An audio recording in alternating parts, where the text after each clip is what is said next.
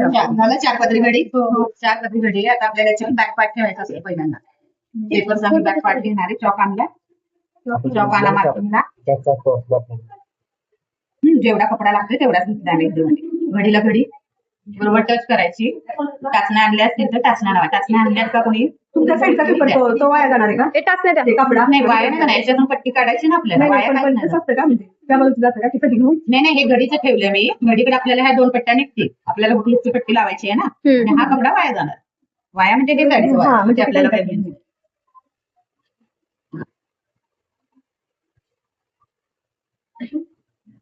Ball pens पण म्हटलं जातं याला. टाचणी लावून ऍज इट इज चॉकने मार्किंग करायचं. डायरेक्ट हातनी लावायची नाहीये. आता खरं हे उलट झाले. आपल्या बाजूला असं झालं पाहिजे तुम्हाला. हे म्हणजे हे माझ्याकडे आलं पाहिजे. घडीची बाजू आपल्याला पाहिजे आपल्याला. आणि उभा राहायचा हा चॉक असा. म्हणजे ह्या पातळ लाईन मारायला पातळ येत नाही तर जाड जाड लाईन होतात.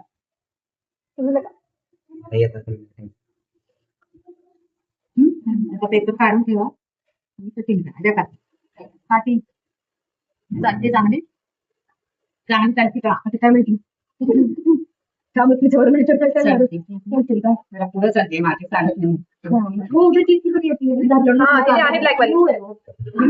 घेतली पण काय मध्ये मध्ये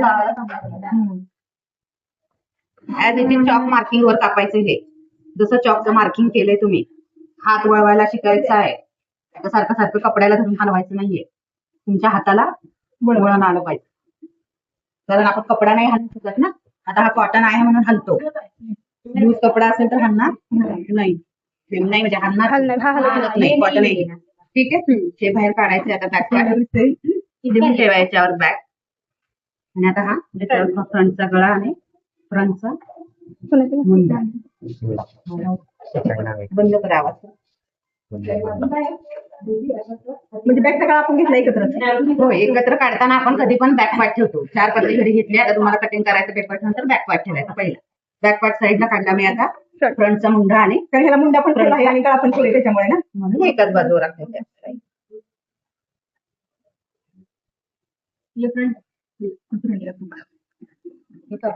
फक्त मुंडा आणि गळा. वेळ नाही लागत. छोटे आहेत म्हणून वेळ लागत नाहीये. मोठ्यांना वेळ लागतो. गेलं की उशीरच लागणार आहे तुम्हाला. याला पायपिंगला कॉन्ट्रास्ट आणलाय. नाही ग्रीन वगैरे लावा याला पायपिंगला. ग्रीन किंवा निळा लावा. तर याला आपण इथं मध्ये कापणार आहे. आणि 2 पट्ट्या हव्यात आपल्याला. त्याला 1.5 आणि 1 2.5 इंची. अशी 1.5 आणि 1 2.5 आणि लांबीला एवढीच पाहिजे. थोडी जास्त घ्यायची ना आपण. जास्ती ठेवा. शिवण कमी जास्त होतं ना तुमच्याकडून.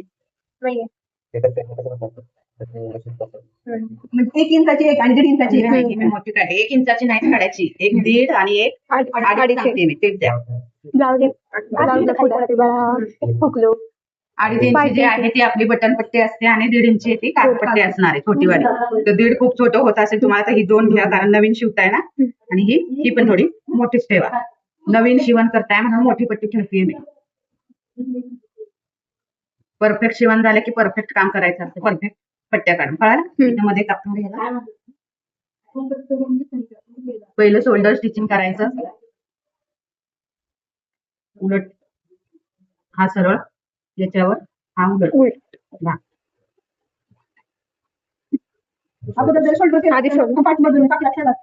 नाही कापल्यावर पण शिवू शकतो. काय प्रॉब्लेम नाही. इथे स्टिच करायचं एवढा पाय. हा स्टिच झाला की मग आपण 2 पट्ट्या लावणार. त्याला 1 काजपट्टी आणि 1 बटन पट्टी. छोटी पट्टी आहे ती या बाजूला येईल. मोठी पट्टी आहे ती या बाजूला बसेल. हे झालं की गळ्याची पायपिंग येणार.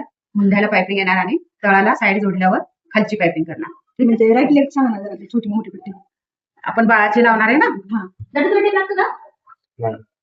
तर या बाजूला लावा. बाळाची आपण काजी बटन अशी लावणार आहे. आपण लावणार आहे म्हणून उलट केले.